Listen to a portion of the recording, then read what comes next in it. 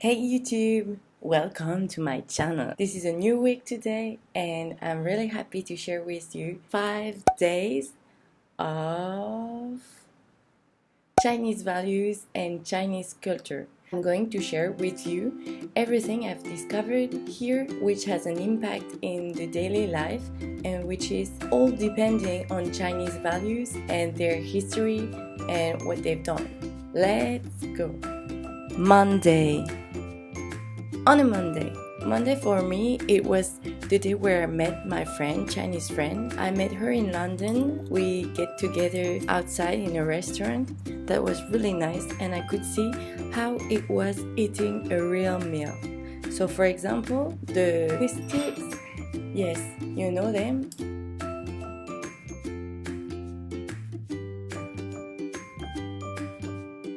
Amazing. So there is a technique. You put one finger like this and then you need to stick it to your second finger. Then you take the other one, pincing. Yes, it's not really easy, but as you can tell, I'm not bad at it. Chinese people say, "Oh, you're eating with sticks," and I'm just like, yeah, why not?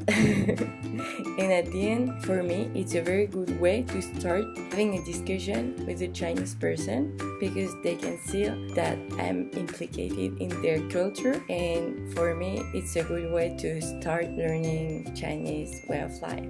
Yes, you need to eat rice and also everything with sticks. If you have a big piece of food, you take it and everything in the mouth. If you have a little of rice, you take it and you eat like this because the rice is a bit more sticky here. Chopsticks are made of many different materials such as bamboo, wood, plastic, porcelain, silver, bronze, ivory, jade, bone and stone. Bamboo chopsticks are most frequently used in China daily life because you can throw it away. So the proper etiquette, that means you need to handle your chopsticks in the right hand. You do not put your chopstick just in front of you in the meal, like it's really rude, or to point someone with your chopsticks. It's really rude too. Do not play with chopsticks, and as in Europe, you need to wait that the first person hosting you for the meal take his chopsticks and start eating. Everything is linked to Confucius, who advised people to use chopsticks instead of knives because the metal knives remind people of cold weapons, which means killing and violence. So he suggested to ban knives on the dining table and use wooden chopsticks. But, it changed.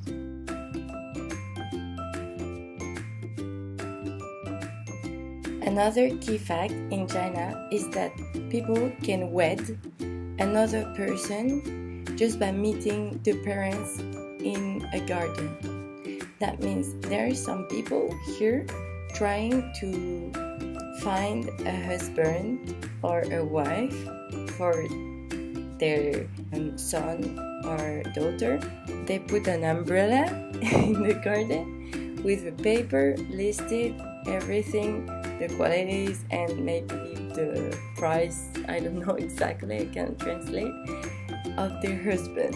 And we were laughing with my flatmates because one of our flatmates has a boyfriend, and she was saying oh, girls of the university, if you're looking for a boyfriend, go to the park, which is, yeah, another point of view.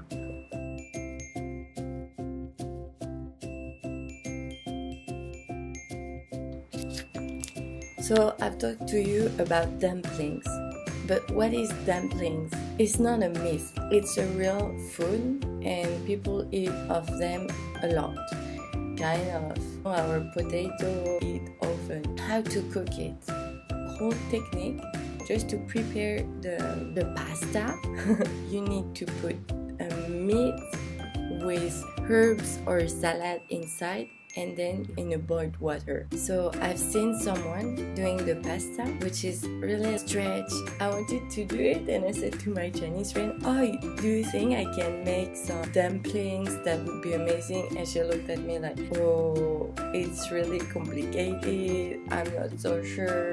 And so I didn't start it to try because I need to buy some ingredients, and I'm not sure I will do it like regularly, so I'm buying outside. But that could be funny, having a lesson of dumplings. If anyone hear that, yes, please contact me. I want to hear about how to cook dumplings.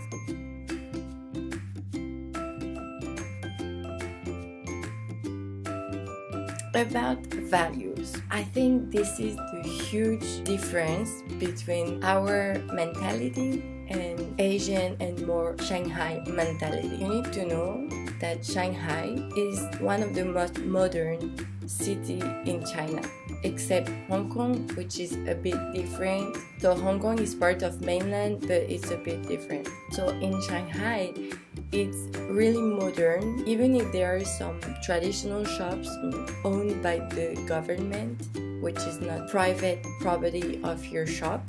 Key different values, which is really funny. So in terms of cultural value, here you think collectivism all the time. So it's not about individualism. We are not egocentric, but the thing is we think individualism most of the time.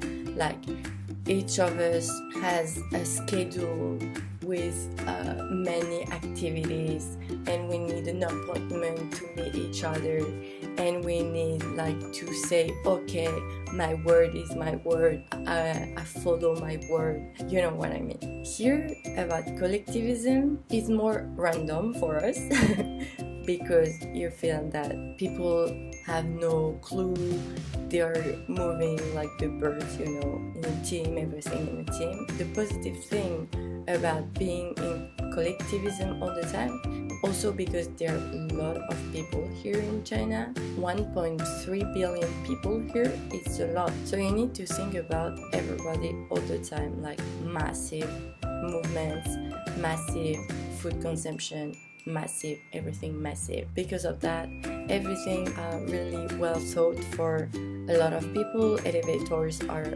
very functional, which is not the case in Paris. Little things like this, like technical things, are very efficient. On the other hand, when there is trouble in the street, people are getting all grouped around the person. It's not freaking, because that means there is a fight and people don't really fight. They are also really helpful concerning others. Yet the group first. So if you're a foreigner and getting troubles outside, you will be the last person who will be defended.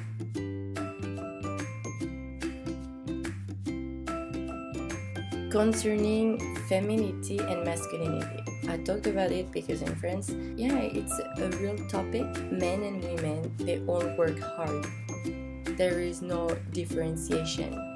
If you want to work hard, you go to your office, you work, and you succeed. And there are a lot of women entrepreneurs here.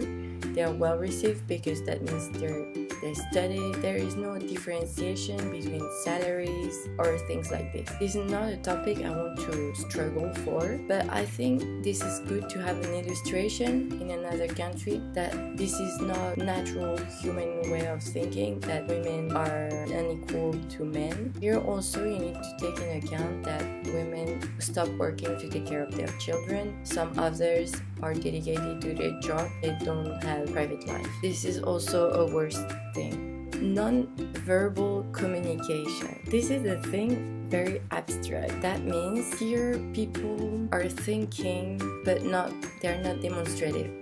So you're not going to see what they think. They're just like sharing, like they look at you and it's really fast. They don't look at you this next second because they're a bit afraid. Communication can be a bit harder because in France we have a high eye contact, and here this is not the case. So people don't really look at you. Makes me feel strange. The concept of time is different. You know, this is the typical topics where you need to have an approach. In terms of business, for example, what they say, it's not what they think. So you need to renegotiate all the time. If it's not written, they don't care.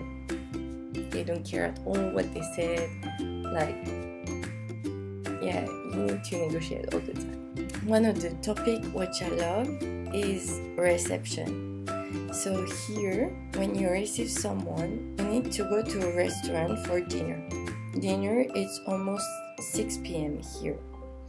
And then the person is going to sit at the opposite side of the door, and the person inviting other people are going to face the door, just, in case. It's a very superstitious mentality, but it's their reality, so you need to take into account everything of that. Even if it sounds really, really different or really weird, this is like their norms, and for them we're strange too. And concerning the reception, so the power is divided around the table. So for example, if you're at the door, I'm facing you and I need to be at the opposite side of the place. And so I will start to say campe. So you take your glass in your two hands and you say campe. If I'm younger than you, I will say lower, like you say campe here, I say campe here. Eating in a Chinese restaurant means that you have a lot of different meals. You're gonna pick a bit of everything, and this is it. You share, like the tables are a circle, and you share with others. There is no individualism plate, for example. There is the concept of losing the face. You cannot lose the face or make someone lose his face. Perdre la face. Concerning this attitude, you need to make sure that the person in front of you is comfortable enough. How can I say? If I invite you to the restaurant, I will need to pay, because otherwise you will lose your face. Because I have chosen the restaurant, you don't know the price, you don't know how much you will eat and everything, how much we are. So I am inviting you. And there is no trouble if you don't invite me in return, because here they're not direct. Direct things, it's impossible here. So for us, we feel that they're not efficient at all, but in their way, this is really like a good way, the best way.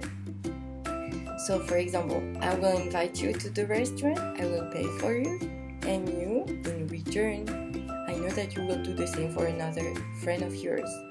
So this is the way you are going to give me back what I gave you. Not directly, It's a bit touchy as a concept, but it feels really relevant if you want to understand Chinese and Shanghai life.